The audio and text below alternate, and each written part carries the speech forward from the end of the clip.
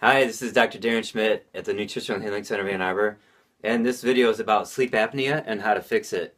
And the solution is ribonucleic acid, RNA, ribonucleic acid. So let me give you some background on this. There's two kinds of sleep apnea. One is obstructive, meaning that the tissues here are too big or they're in the way of breathing. And number two is central, meaning central nervous system. And the cerebellum or the breathing center doesn't remember to breathe at night because it's so tired. So those are the two kinds.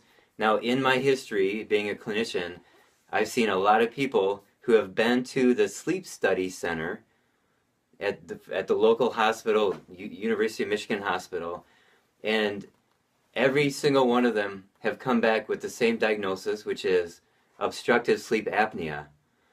And I put them on ribonucleic acid, which is for central nervous system sleep apnea, and they get better and their sleep apnea goes away 9 out of 10 times.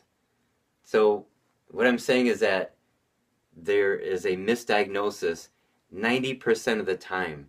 So even though they spend the whole night in the sleep study center and they're hooked up to a bunch of machines and it costs a lot of money and it's kind of a big deal, the diagnosis is incorrect 90% of the time because I fixed their sleep apnea with a supplement that's made to repair the nervous system, the brain, the cerebellum, the sleeping center of the brainstem back here.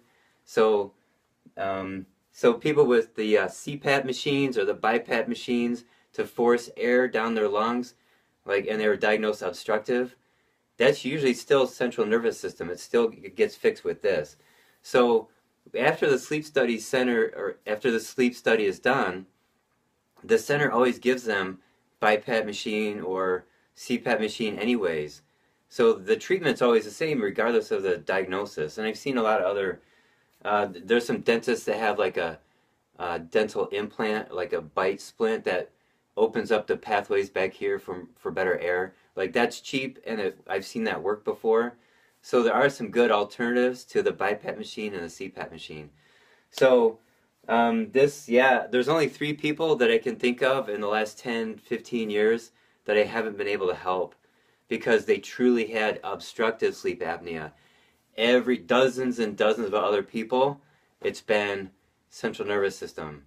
So RNA, and then now the one that I sell has, I'm going to write this down, 175 milligrams of RNA per tablet. And I talked to a guy a few weeks ago, and he was sold a bottle of green food, chlorella or alfalfa, I think it was. I don't know what it was. But they told him it's got RNA in it, and his sleep apnea never got better.